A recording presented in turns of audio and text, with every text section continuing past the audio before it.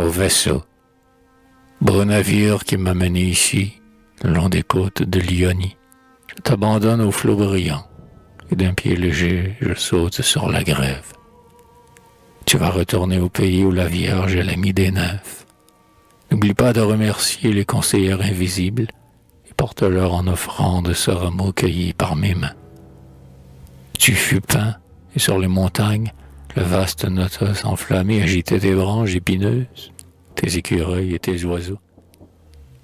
Que le Barreuse maintenant te guide et te pousse mollement vers le port, nef noire escortée des dauphins au gré de la mer bienveillante.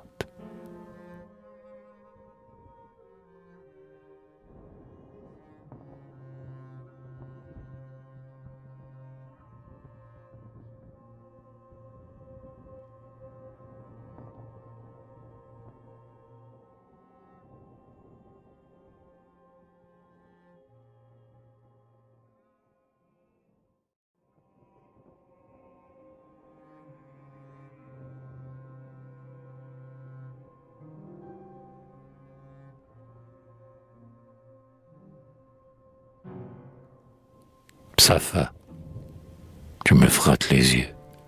Il fait déjà jour, je crois. Hein? Qui est auprès de moi? Une femme? Par la Paphia, j'avais oublié, ou Charit, que je suis honteuse. Dans quel pays suis-je venu? Et quelle est cette île-ci où l'on entend ici l'amour? Si je n'étais pas ainsi lassé, je croirais à quelque rêve. Est-il possible que ce soit la Psafa? Elle dort. Elle est certainement belle, bien que ses cheveux soient coupés comme ceux d'un athlète. Mais cet étrange visage, cette poitrine virile et ses hanches étroites. Je veux m'en aller avant qu'elle ne s'éveille. Hélas, je suis du côté du mur. Il me faudra l'enjamber. J'ai peur de frôler sa hanche et qu'elle ne me reprenne au passage.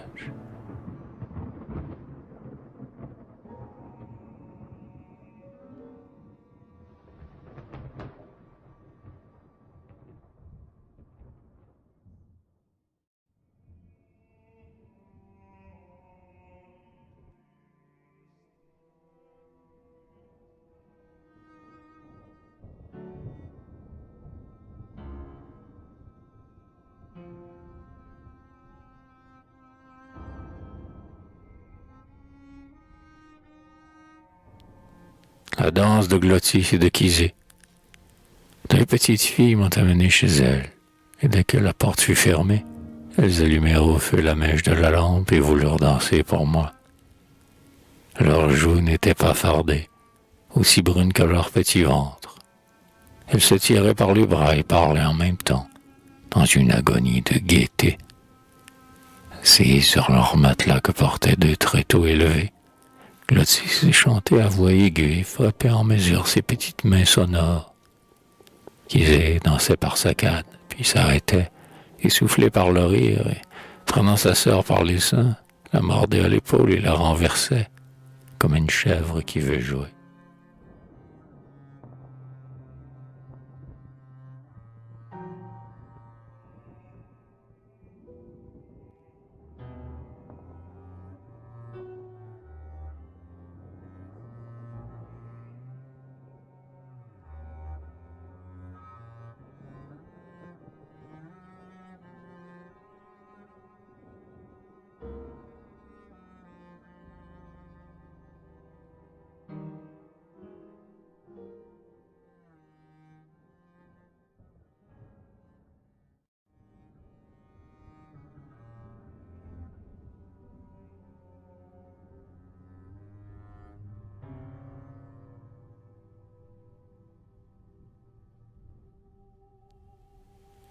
Les conseils. Alors Silikmas est entrée, et nous voyant si familière, elle s'est assise sur le banc. Elle a pris Glottis sur son genou, Kizé sur l'autre, et elle a dit « Viens ici, petite. » Mais je restais loin. Elle reprit « As-tu peur de nous? Approche-toi, ces enfants t'aiment. Elles t'apprendront ce que tu ignores, le miel des caresses de la femme. L'homme est violent et paresseux, tu le connais sans doute. Et il a la poitrine plate, la peau rude, les cheveux ras, les bras velus. Mais les femmes sont toutes belles. Les femmes seules savent aimer. Reste avec nous, Bilitis, reste. Et si tu as une âme ardente, tu verras ta beauté comme dans un miroir sur le corps de tes amoureuses.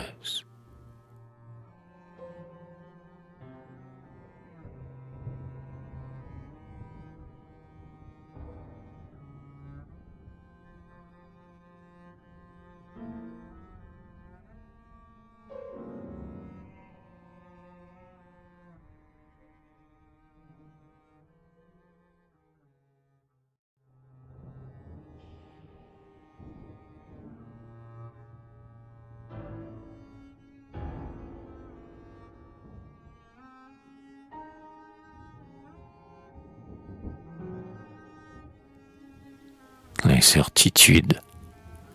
De Glottis ou de Kizé, je ne sais qui j'épouserai. Comme elles ne se ressemblent pas, l'une ne me consolerait pas de l'autre et j'ai peur de mal choisir. Chacune d'elles a l'une de mes mains elle aussi. Mais à qui donnerais-je ma bouche? À qui donnerais-je mon cœur et tout ce qu'on ne peut partager? Mais nous ne pouvons rester ainsi toutes les trois dans la même maison. On en parle là, dans Mytilène. Hier, devant le temple d'Arès, une femme ne m'a pas dit « Salut ». C'est Glottis que je préfère, mais je n'ai pu y répudier Kizé. Que deviendrait-elle toute seule? Les laisserais-je ensemble, comme elle était, et prendrais-je une autre amie?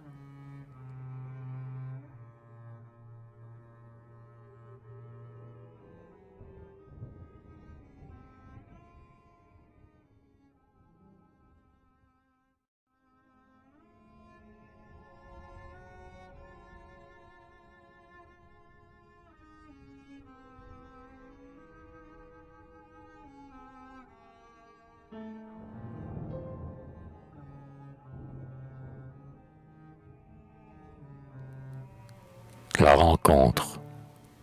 Je l'ai trouvée comme un trésor dans un champ, sous un buisson de myrte, enveloppé de la gorge aux pieds dans un péplos jaune, brodé de bleu. Je n'ai pas d'amis, m'a-t-elle dit, car la ville la plus proche est à 40 stades d'ici. Je vis seul avec ma mère qui est veuve et toujours triste. Si tu veux, tu suivrai. Je te suivrai jusqu'à ta maison, fût-elle de l'autre côté de l'île, et je vivrai chez toi jusqu'à ce que tu me renvoies. Ta main est tendre, tes yeux sont bleus. Partons.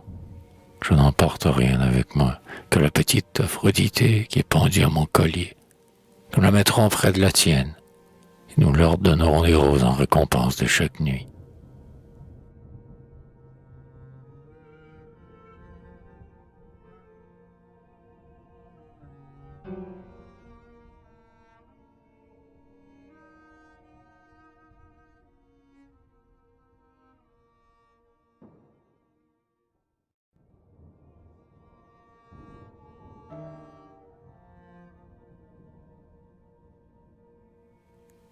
La petite Aphrodité de terre cuite. La petite Aphrodité gardienne qui protège une Acidica fut modelée à Camuros par un potier fort habile. Elle est grande comme le pouce et de terre fine et jaune.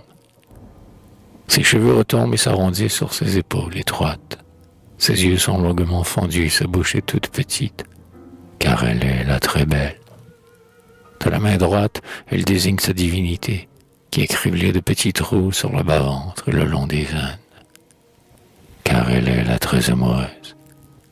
Sur les gauche, elle soutient ses mamelles pesantes et rondes. Entre ses hanches élargies se gonfle un ventre fécondé, car elle est la mère de toutes les choses.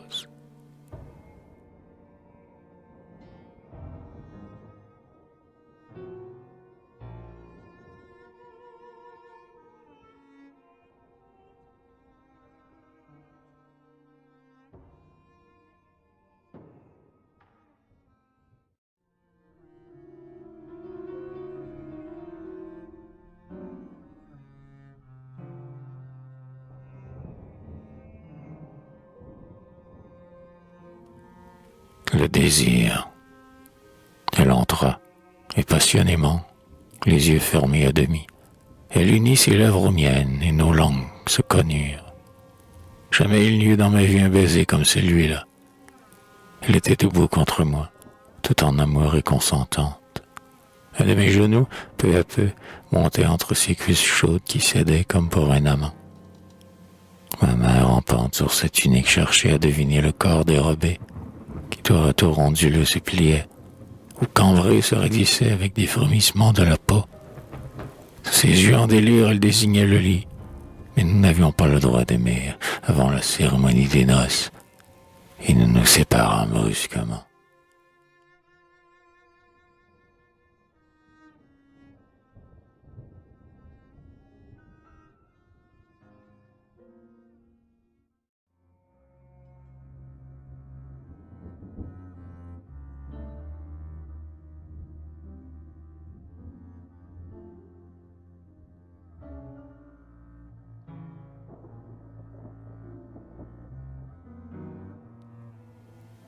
Les noces. Le matin, on fit le repas de noces dans la maison de Galantis qu'elle avait adoptée pour mère. Nassidika portait le voile blanc et moi la tunique virile. Et ensuite, au milieu de 20 femmes, elle a mis ses robes de fête. On l'a parfumée de baccaris, on l'a poudrée de poudre d'or, on lui a ôté ses bijoux. Dans sa chambre pleine de feuillage, elle m'a attendu comme un époux. Et je l'ai amené sur un char entre moi et la nymphagogue, et les passants nous acclamaient.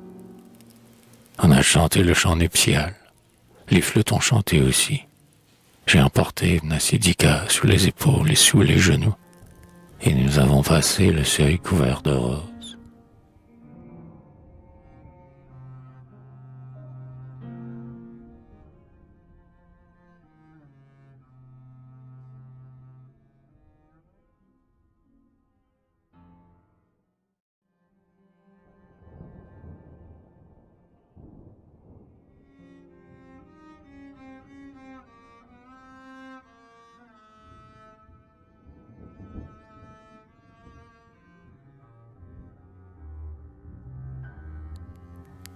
Le passé qui survit.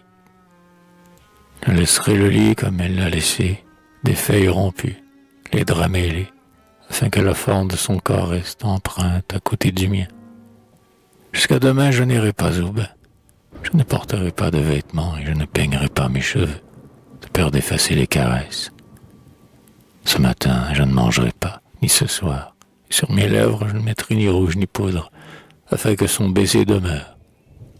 Je laisserai les volets clos et je n'ouvrirai pas la porte, de peur que le souvenir resté ne s'en aille avec le vent.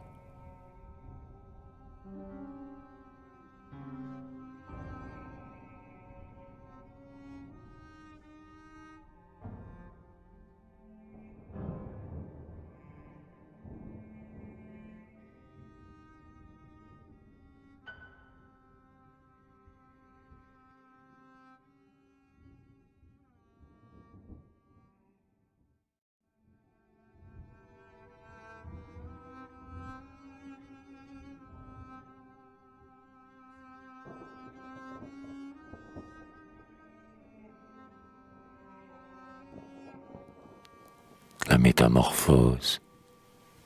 Je fus jadis amoureuse de la beauté des jeunes hommes, et le souvenir de leurs paroles jadis me tint éveillé. Je me souviens d'avoir gravé un nom dans l'écorce d'un platane. Je me souviens d'avoir laissé un morceau de ma tunique dans un chemin où passait quelqu'un.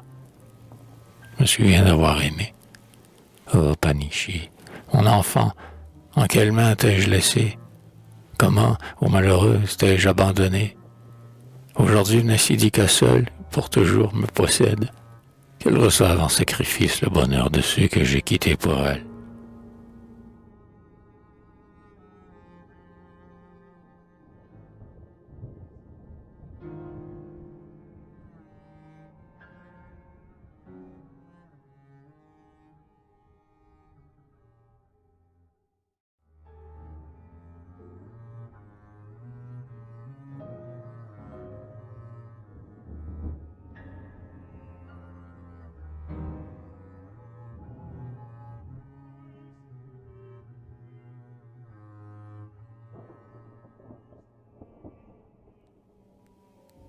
le tombeau sans nom.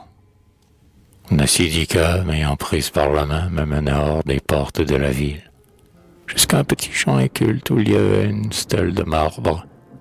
Et elle me dit, celle-ci fut l'amie de ma mère. Alors je sentis un grand frisson, et sans cesser de lui tenir la main, je me penchai sur son épaule, afin de lire les 4 vers entre la coupe creuse et le serpent. Ce n'est pas la mort qui m'a enlevé, mais les nymphes des fontaines. Je repose ici sous une terre légère avec la chevelure coupée de Xanto. Qu'elle seule me pleure, je ne dis pas mon nom. Longtemps nous sommes restés debout et nous n'avons pas versé la libation. Car comment appeler une âme inconnue d'entre les foules de l'Hadès?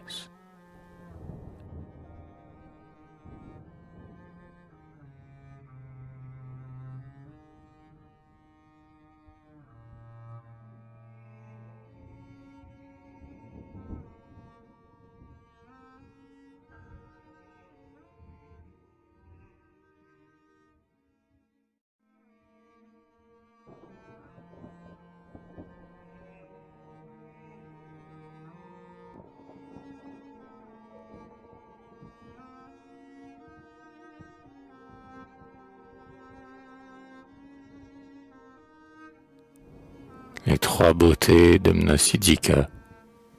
Pour que Mnasidika soit protégée des dieux, j'ai sacrifié à l'Aphrodita qui aime les sourires 2 lièvres mâles et 2 colombes.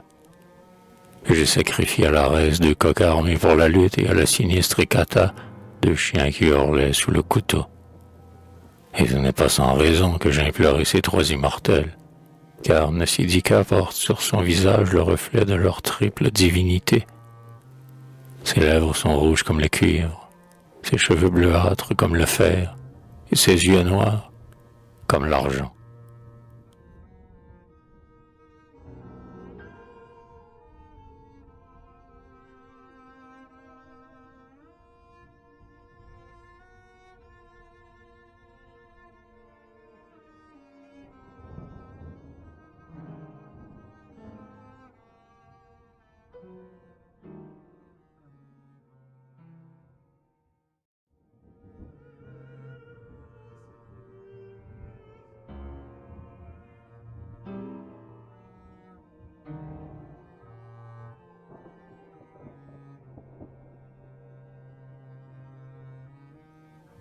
L'antre des nymphes. Tes pieds sont plus délicats que ceux de Tétis argentine. Entre tes bras croisés, tu réunis tes seins, et tu les berces mollement comme 2 beaux corps de colombe. Sous tes cheveux, tu dissimules tes yeux mouillés, ta bouche tremblante et les fleurs rouges de tes oreilles. Mais rien n'arrêtera mon regard, ni le souffle chaud du baiser. Car, dans le secret de ton corps, c'est toi, Nassidika aimée, qui recèle l'antre des nymphes dont parle le vieil Homéros. Le lieu où les naïades tissent des linges de pourpre. Le lieu où coulent, goutte à goutte, des sources intarissables, et d'où la porte du nord laisse descendre les hommes, et où la porte du sud laisse entrer les immortels.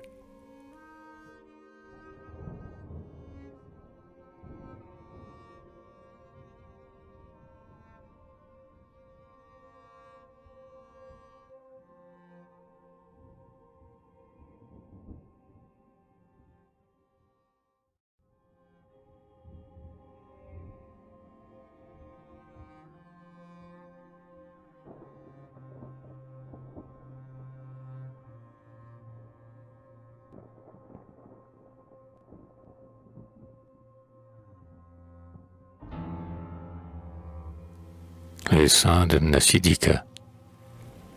Avec soin, elle ouvrit d'une main sa tunique et m'étendit ses seins tièdes et doux, ainsi qu'on offre à la déesse une paire de tourterelles vivantes. Aime-les bien, me dit-elle. Je les aime tant. Ce sont des chéris, des petits enfants. Je m'occupe d'eux quand je suis seul. Je joue avec eux. Je leur fais plaisir. Je les lave avec du lait. Je les poudre avec des fleurs. Mes cheveux fins qui les échus sont chers, leurs petits bouts. Je les caresse en frissonnant. Je les couche dans de la laine. Puisque je n'aurai jamais d'enfants, sois leur nourrisson, mon amour. Et puisqu'ils sont si loin de ma bouche, donne-leur des baisers de ma part.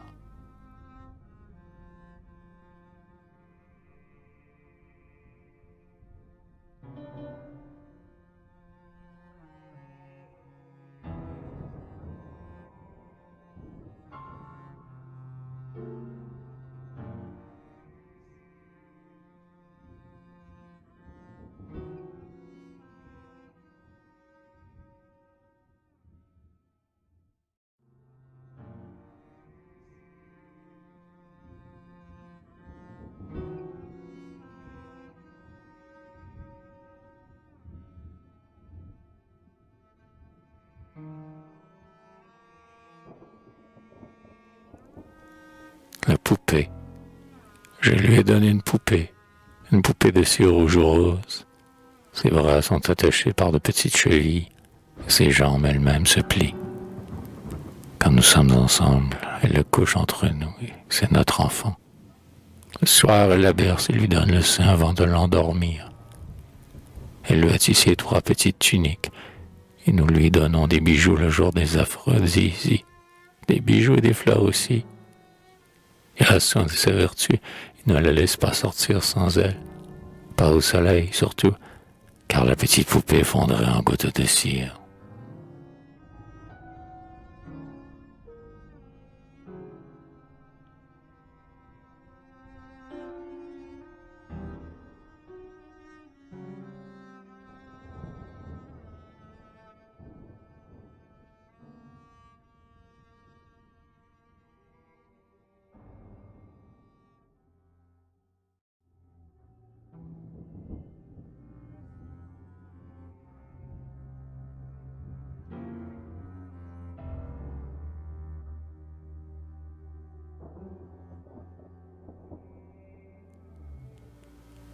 Tendresse. Ferme doucement tes bras, comme une ceinture, sur moi. Ô touche ma peau ainsi. Ni l'eau, ni la brise de midi ne sont plus douces que ta main. Aujourd'hui, chéris-moi, petite sœur, c'est ton tour. Souviens-toi des tendresses que je t'ai apprises la nuit dernière. Près de moi qui suis là, s'agenouille-toi sans parler.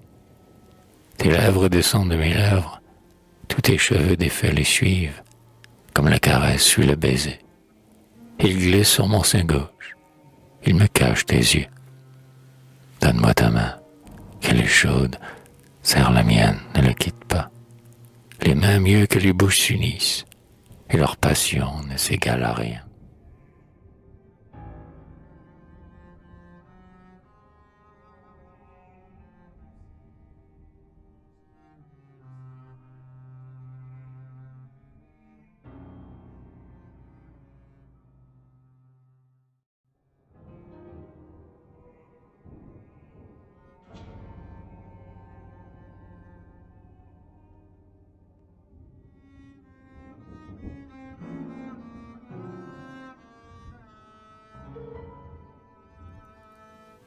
Je, plus que ses balles ou sa poupée, je suis pour elle un jouet. De toutes les parties de mon cœur, il s'amuse comme une enfant, pendant de longues heures, sans parler. Elle défait ma chevelure et la reforme selon son caprice. Tantôt nouée sous le menton comme une étoffe épaisse, ou tordue en chignon ou tressée jusqu'au bout. Elle regarde avec étonnement la couleur de mes cils, le pli de mon coude. Parfois, elle me fait mettre à genoux et poser les mains sur les draps. Alors, et c'est un de ses jeux, elle glisse sa petite tête par-dessous et imite le chevreau tremblant qui s'allait au ventre de sa mère.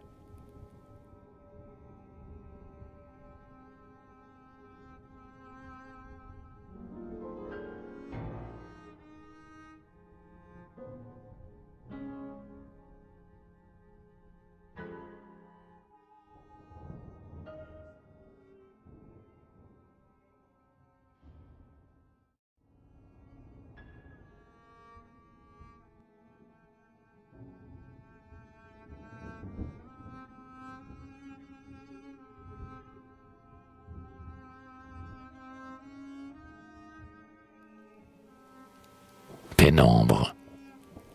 Sous le drap de laine transparent, nous nous sommes glissés, elle et moi. Même nos têtes étaient blotties, et la lampe éclairait l'étoffe au-dessus de nous. Ainsi, je voyais son corps chéri dans une mystérieuse lumière. Nous étions plus près l'une de l'autre, plus libres, plus intimes, plus nus, dans la même chemise, disait-elle. Nous étions restés coiffés pour être encore plus découvertes, et dans l'air étroit du lit, des odeurs de femmes montaient, des 2 cassolettes naturelles. Rien au monde, pas même la lampe, ne nous a vus cette nuit-là. Laquelle de nous fut aimée? Elle seule et moi le pourrions dire, mais les hommes n'en sauront rien.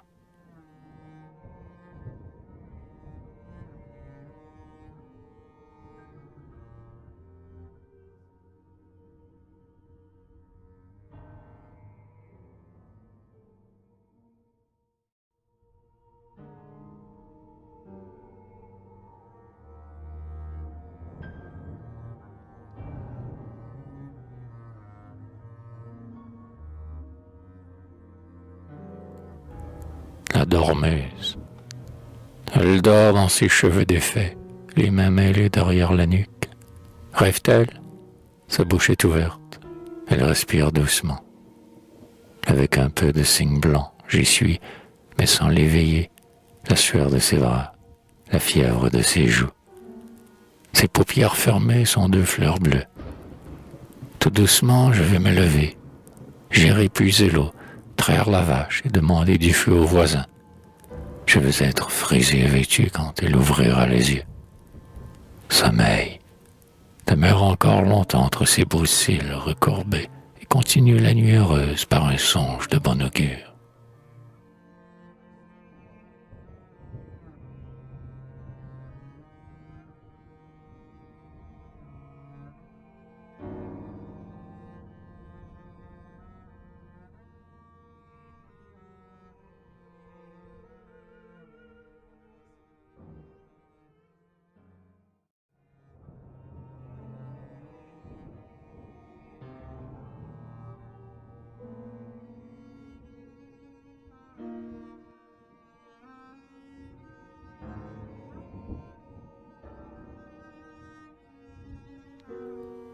Le baiser.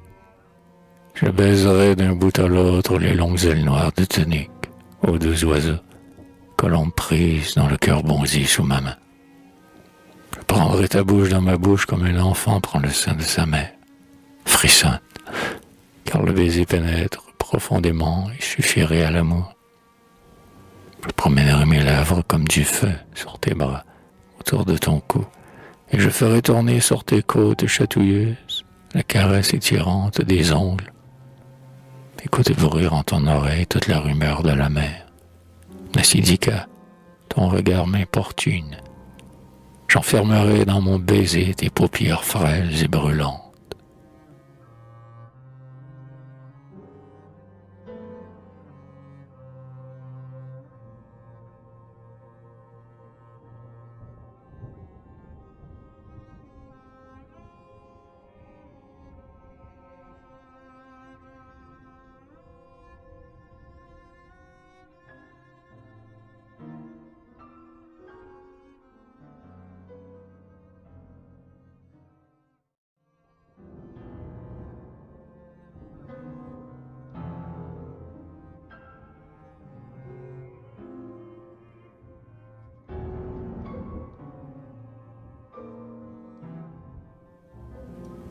Les soins jaloux.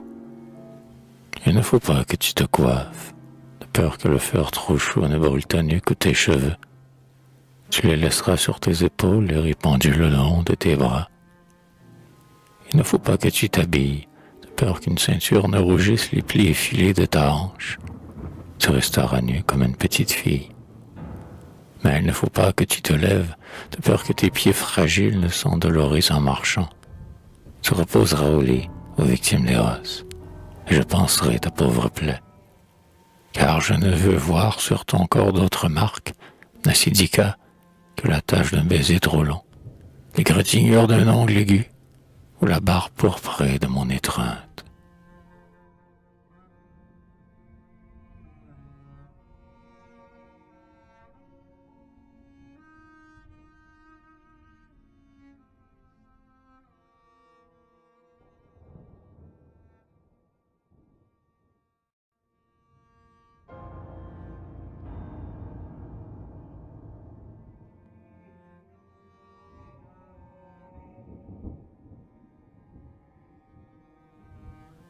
L'étreinte est perdue.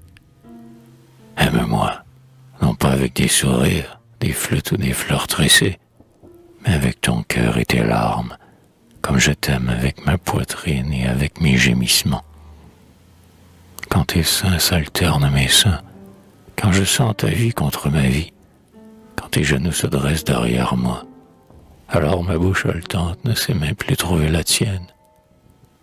Étreins-moi comme je t'étreins. Vois, la lampe vient de mourir. Nous roulons dans la nuit. Mais je presse ton corps brûlant et j'entends ta plainte perpétuelle. Gémis, gémis, gémis, ô femme. Eros nous traîne dans la douleur. Tu souffrirais moins sur ce lit pour mettre un enfant au monde que pour accoucher de ton amour.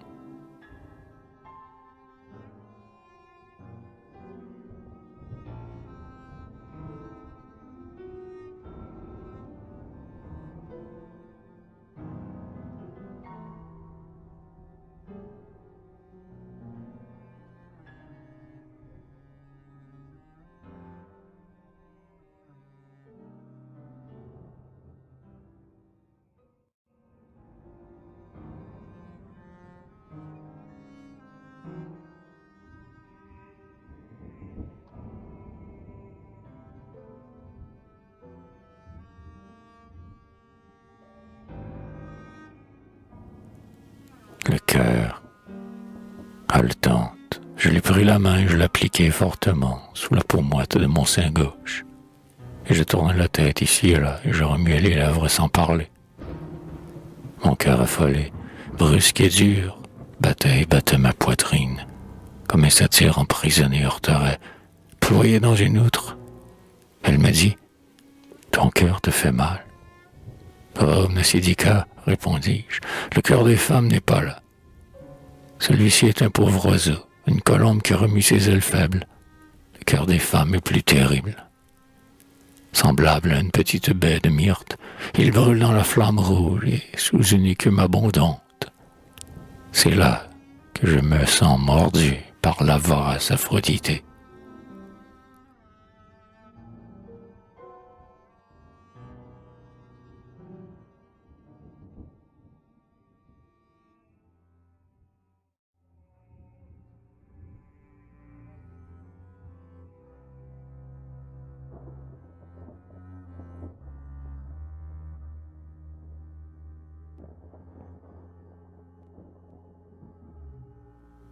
Parole dans la nuit.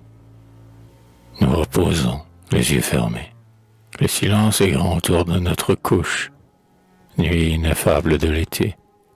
Mais elle, qui me croit endormi, pose sa main chaude sur mon bras. Elle murmure, « Bilitis, tu dors ?» Le cœur me bat, mais sans répondre. Je respire régulièrement comme une femme couchée dans les rêves. Alors elle commence à parler. « Puisque tu ne m'entends pas, dit-elle, hein, que je t'aime. » Elle répète mon nom. « Bilitis, Bilitis. » Et elle m'effleure du bout de ses doigts tremblants. C'est à moi, cette bouche, à moi seul.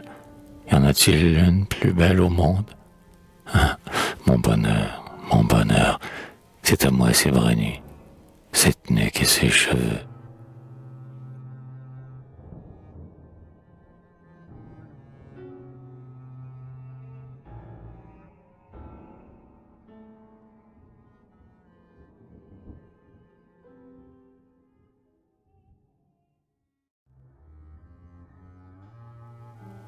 L'absence.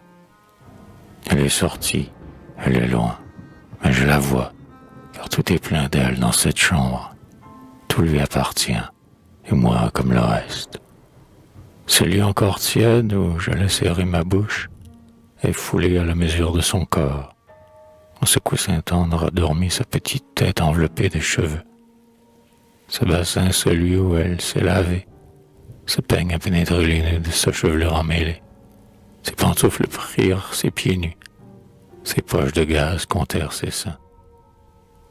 Mais ce que je n'ose toucher du doigt, c'est ce miroir où elle a vu ses meurtrissures toutes chaudes et où subsiste peut-être encore le reflet de ses lèvres mouillées.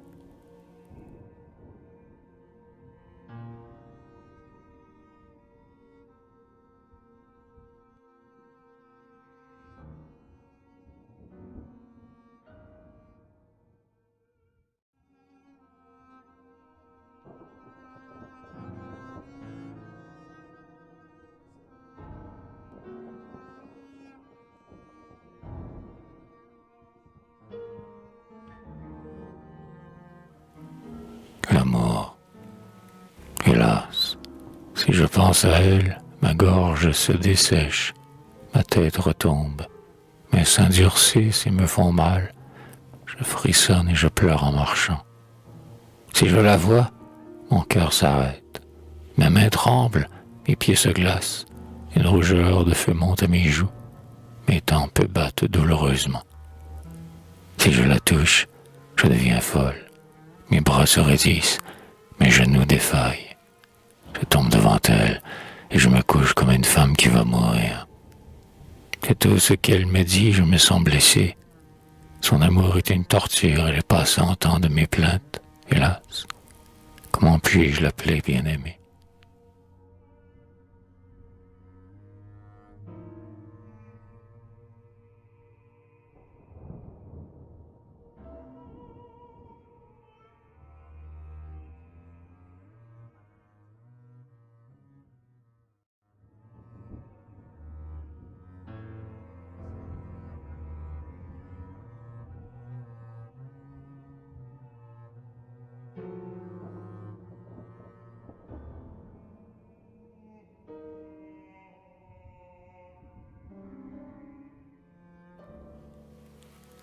purification. Te voilà, défais tes bandelettes, tes agrafes et ta tunique. Ôte jusqu'à tes sandales, jusqu'au ruban de tes jambes, jusqu'à la bande de ta poitrine. Lave le noir de tes sourcils et le rouge de tes lèvres. Efface le blanc de tes épaules et défrise tes cheveux dans l'eau. Car je vais t'avoir toute pure, telle que tu naquis sur le lit, au pied de ta mère féconde et devant ton Père glorieux. Si chaste que ma main dans ta main te fera rougir jusqu'à la bouche, et qu'un mot de moi sous ton oreille affolera tes yeux tournoyants.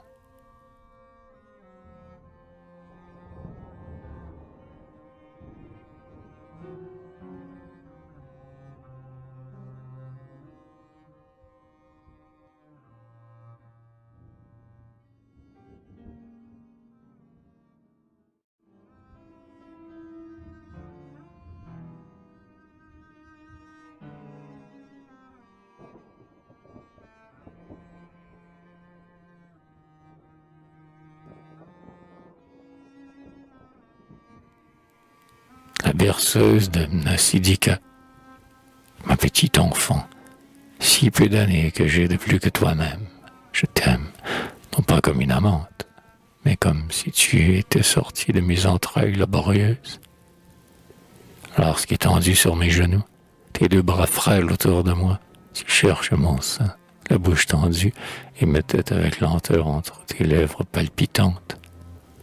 Alors je rêve qu'aujourd'hui, j'ai allaité réellement cette bouche douillette, souple et baignée, ce vase mirin couleur de pourpre où le bonheur de Bélitis est mystérieusement enfermé. Dors, je te bercerai d'une main sur mon genou qui se lève et s'abaisse. Dors ainsi, je chanterai pour toi les petites chansons lamentables qui endorment les nouveau-nés.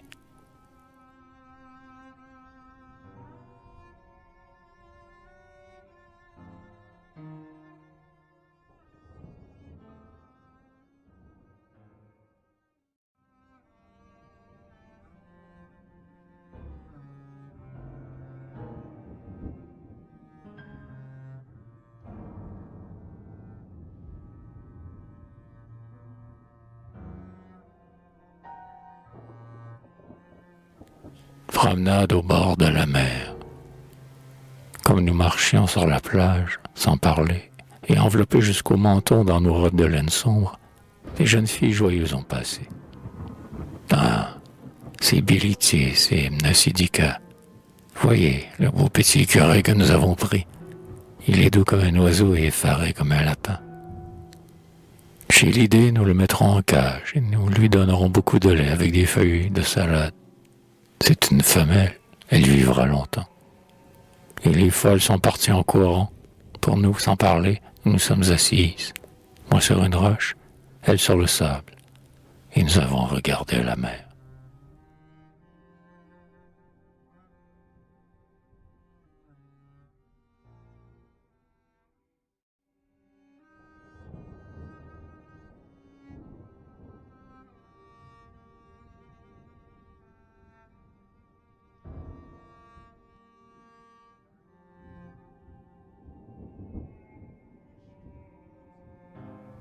L'objet. Salut, Bélitis. Mnasidika, salut. Assieds-toi. Comment va ton mari? Trop bien. Ne le dites pas que vous m'avez vu. Il me tuerait s'il me savait ici. Sois sans crainte. Et voilà votre chambre. Et voilà votre lit. Pardonne-moi. Je suis curieuse. Tu connais cependant le lit de Myriné? Si peu. On l'a dit joli. Et lascive. Oh ma chère, mettez-en-nous. Que voulais-tu de moi? Que tu me prêtes? Parle. Je n'ose nommer l'objet. Nous n'avons pas vraiment. Mnasidika est vierge. Alors, où en acheter? Chez le cordonnier de Racon. Dis aussi, qui te vend ton fil à broder? Le mien se casse dès qu'on le regarde. Je le fais moi-même, mais n'ayez sans vent d'excellent. À quel prix? 3 oboles. C'est cher. Et l'objet? 2 drachmes. Adieu.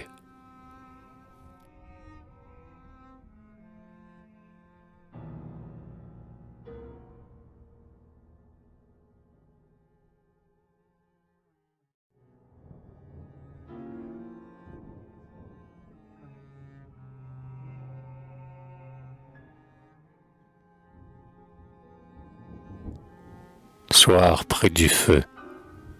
L'hiver est dur, Nassidika. Tout est froid hors notre lit. Lève-toi. Cependant, viens avec moi, car j'ai allumé un grand feu avec des souches mortes et du bois fendu. Nous nous chaufferons accroupis, toutes nues, nos cheveux sur le dos, et nous boirons du lait dans la même coupe, et nous mangerons des gâteaux au miel. Comme la flamme est sonore et gaie, n'es-tu pas trop près? Ta peau devient rouge. Laisse-moi le baiser partout, le feu, la fête brûlante. Au milieu des tisons ardents, je vais chauffer le fer et te coiffer ici. Avec les charbons éteints, j'écrirai ton nom sur le mur.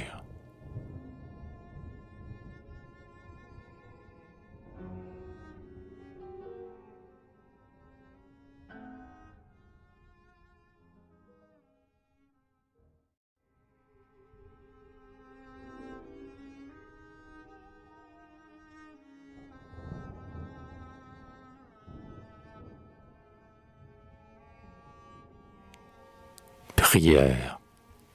Que veux-tu? Dis-le. S'il le faut, je vendrai mes derniers bijoux pour qu'une esclave attentive guette le désir de tes yeux, la soif quelconque de tes lèvres. Si le lait de nos chèvres te semble fade, je louerai pour toi, comme pour un enfant, une nourrice aux mamelles gonflées qui chaque matin t'allaitera. Si notre lit te semble rude, j'achèterai tous les coussins mous, toutes les couvertures de soie, tous les draps fourrés de plumes des marchandes amathusiennes. Tout.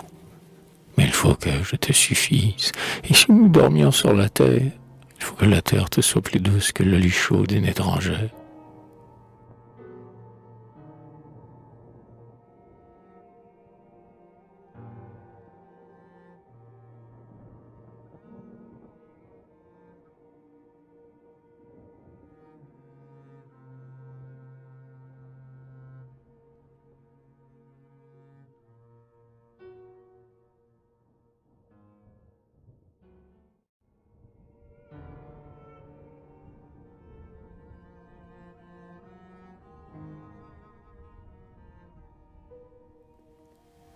Les yeux, larges yeux de Nassidika, combien vous me rendez heureuse quand l'amour noircit vos paupières et vous anime et vous noie sous les larmes. Mais combien folle quand vous vous détournez ailleurs, distrait par une femme qui passe ou par un souvenir qui n'est pas le mien.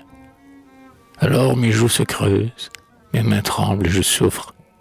Il me semble que de toutes parts et devant vous ma vie s'en va. Larges yeux de Nassidika, ne cessez pas de me regarder, ou je vous trouverai avec mon aiguille et vous ne verrez plus que la nuit terrible.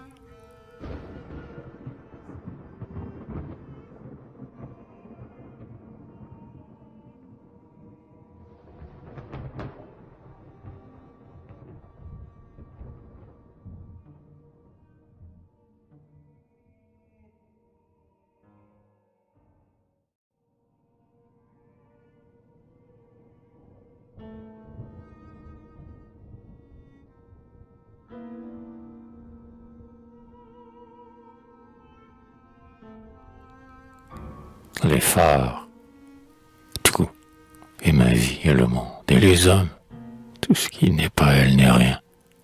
Tout ce qui n'est pas elle, je te le donne, passant. C'est elle que de travaux j'accomplis pour être belle à ses yeux, par ma coiffure et par mes fards, par mes robes et mes parfums. Aussi longtemps je tournerai la meule, je ferai plonger la rame ou je bêcherai la terre, s'il fallait à ce prix la retenir ici. Mais faites qu'elle ne la prenne jamais, déesse qui veille sur nous. Le jour où elle saura que je l'aime, elle cherchera une autre femme.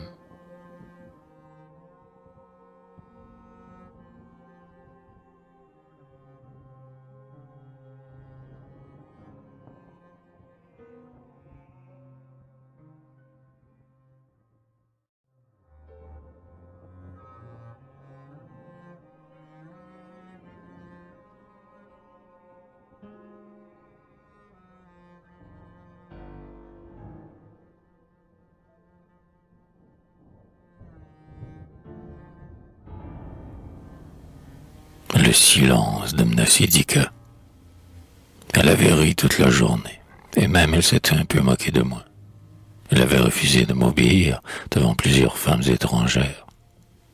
Quand nous sommes rentrés, j'ai affecté de ne pas lui parler. Et comme elle se jetait à mon cou en disant « Tu es fâché », je lui ai dit « Ah, tu n'es plus comme autrefois.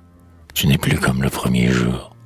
Je ne te reconnais plus, Nassidika. » Elle ne m'a rien répondu. Mais elle a mis tous ces bijoux qu'elle ne portait plus depuis longtemps, et la même robe jaune brodée de bleu que le jour de notre rencontre.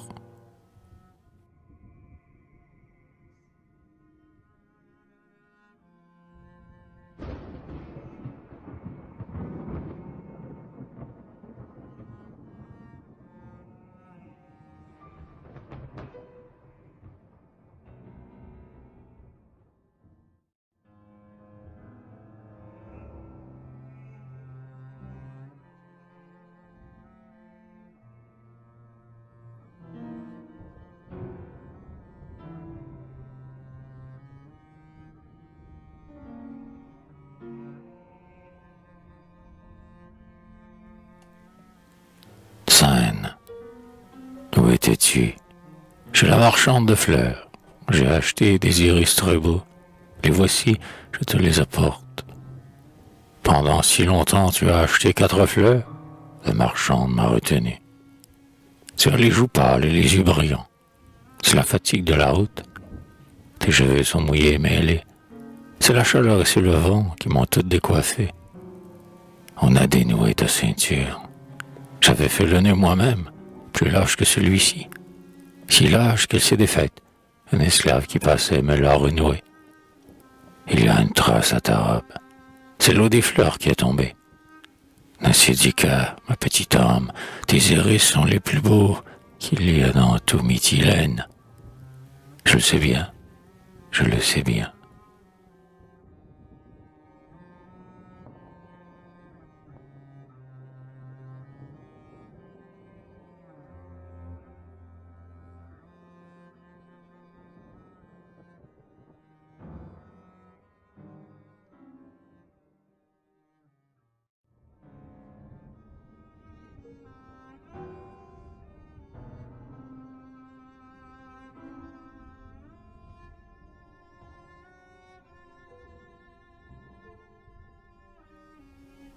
Ta tante.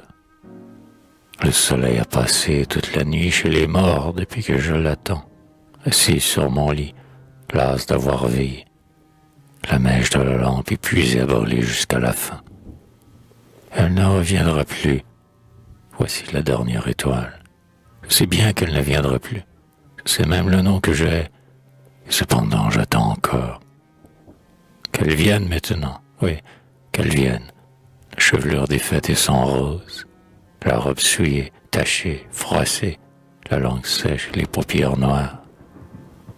Dès qu'elle ouvrira la porte, je lui dirai « Mais la voici.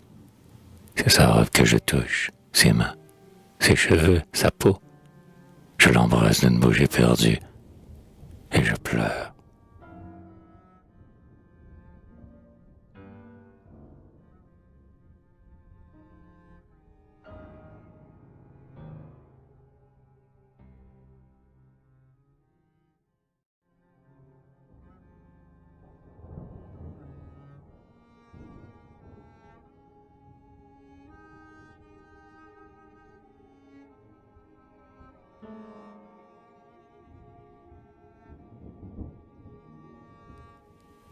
La solitude.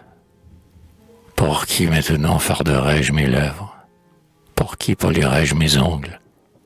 Pour qui parfumerai-je mes cheveux? Pour qui mes seins poudrés de rouge, s'ils ne doivent plus la tenter? Pour qui mes bras lavés de lait, s'ils ne doivent plus jamais l'étreindre? Comment pourrais-je dormir? Comment pourrais-je me coucher? Ce soir, ma main, dans tout mon lit, n'a pas trouvé sa main chaude. Je n'ose plus rentrer chez moi, dans la chambre affreusement vide.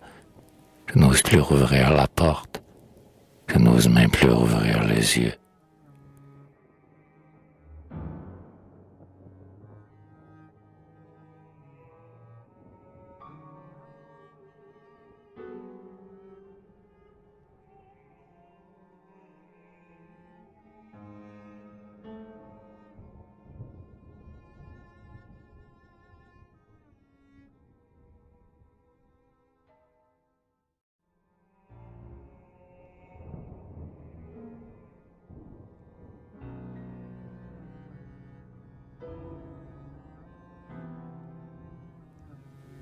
l'être.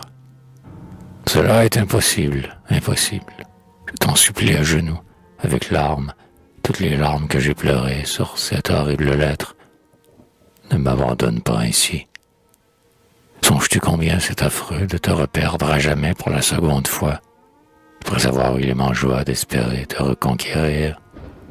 Ah, mes amours, sentez-vous donc pas à quel point je vous aime? Écoute-moi, consens à revoir encore une fois. Veux-tu être demain au soleil couchant devant ta porte? Demain ou le jour suivant? Je viendrai te prendre. Ne me refuse pas cela. La dernière fois peut-être, soit, mais encore cette fois, je te le demande, je te le crie, et songe que de ta réponse dépend le reste de ma vie.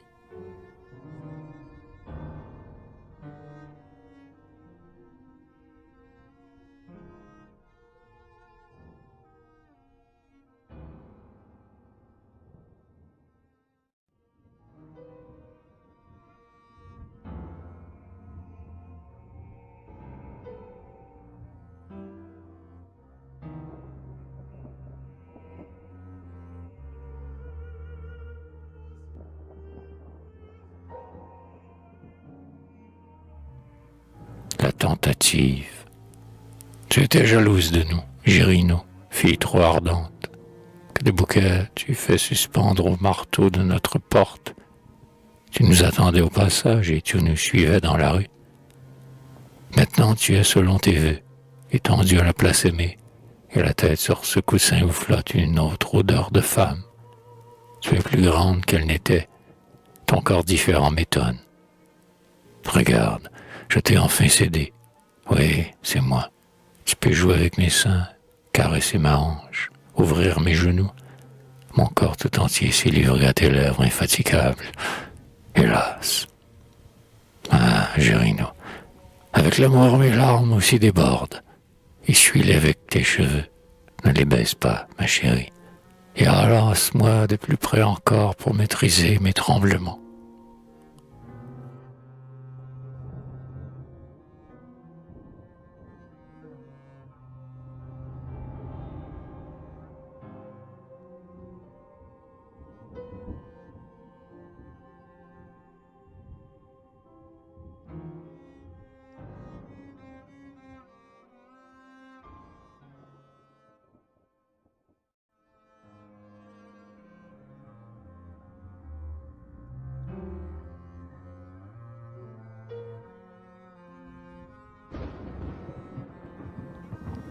L'effort.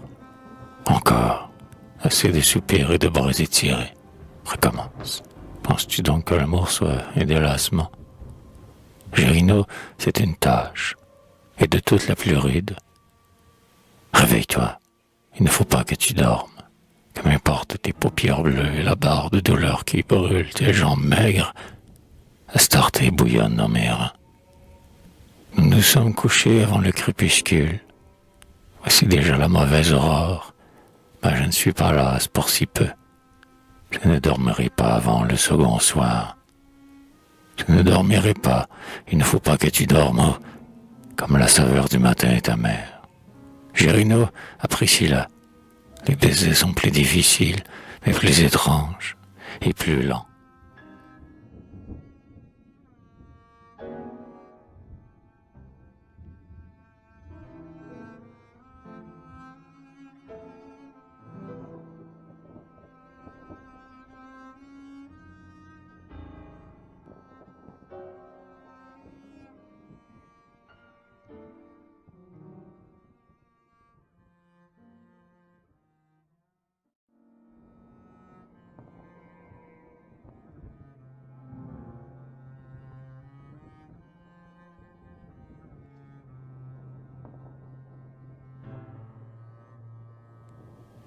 À Girino.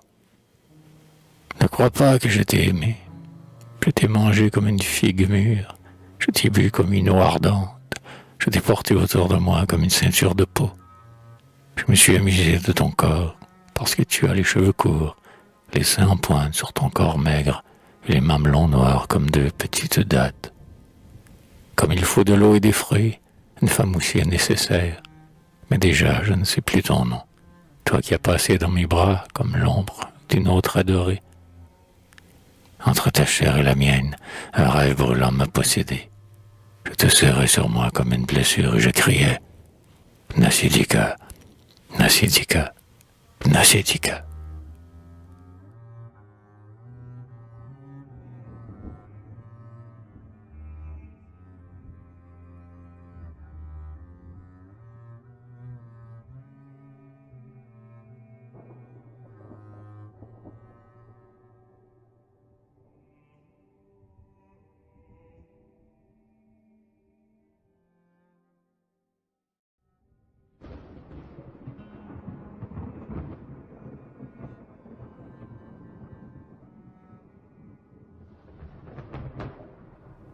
Le dernier essai. Que veux-tu, vieille? Te consoler? C'est peine perdue. On m'a dit que depuis ta rupture, tu allais d'amour en amour, sans trouver l'oubli ni la paix. Je viens te proposer quelqu'un. Parle. C'est une jeune esclave née à Sardes. Elle n'a pas sa pareille au monde, car elle est à la fois homme et femme, bien que sa poitrine et ses longs cheveux et sa voix claire fassent illusion. Son âge? 16 ans. Sa taille? Grande. Elle n'a connu personne ici, hors Psafa qui en est éperdument amoureuse et a voulu me l'acheter 20 mines. Si tu la loues, j'ai à toi. Et qu'en ferais-je?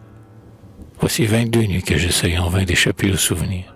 Soit, je prendrai celle-ci encore, mais préviens la pauvre petite, pour qu'elle ne s'effraie point si je sanglote dans ses bras.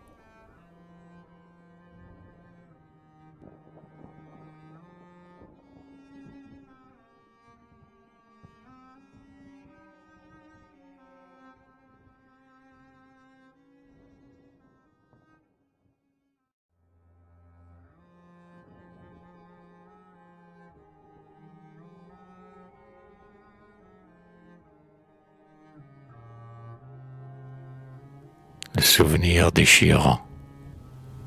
Je me souviens, à quelle heure du jour ne l'ai-je pas devant mes yeux? Je me souviens de la façon dont elle soulevait ses cheveux avec ses faibles doigts si pâles. Je me souviens des nuits qu'elle passa, la joue sur mon sein, si doucement, que le bonheur me tint éveillé. Et le lendemain, elle avait au visage la marque de la papille ronde. Je la vois tenant sa tasse de lait, me regardant de côté, avec un sourire. Je la vois, poudrée et coiffée, ouvrant ses grands yeux devant son miroir et retouchant du doigt le rouge de ses lèvres. Et surtout, si mon désespoir est une perpétuelle torture, c'est que je sais, instant par instant, comment elle défaille dans les bras de l'autre, et ce qu'elle lui demande et ce qu'elle lui donne.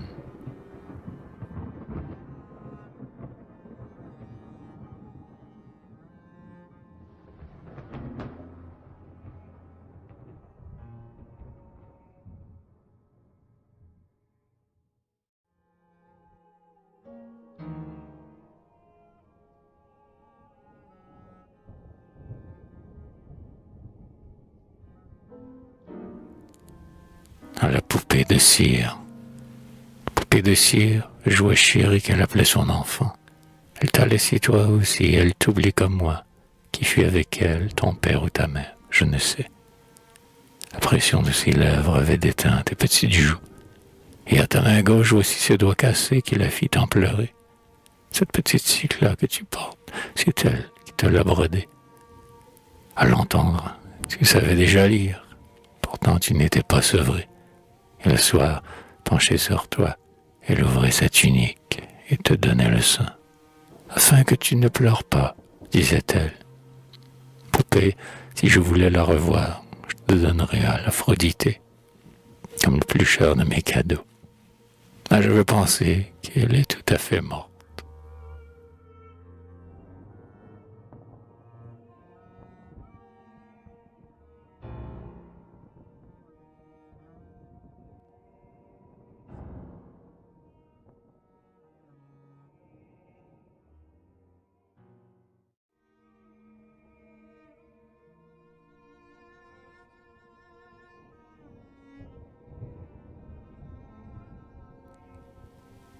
chant funèbre. Chantez un chant funèbre, muse mytilénienne, chantez. La terre est sombre comme un vêtement de deuil et les arbres jaunes frissonnent comme des chevelures coupées. Héraios, ô mois triste et doux, les feuilles tombent doucement comme la neige. Le soleil est plus pénétrant dans la forêt plus éclaircie. Je n'entends plus rien que le silence. Voici qu'on a porté au tombeau Pitacos, chargé d'années. Beaucoup sont morts, que j'ai connus, et celle qui vit est pour moi comme si elle n'était plus. Celui-ci est le 10e automne que j'ai vu mourir sur cette plaine. Il est temps aussi que je disparaisse. Pleurez avec moi, muse mytilénienne, pleurez sur mes pas.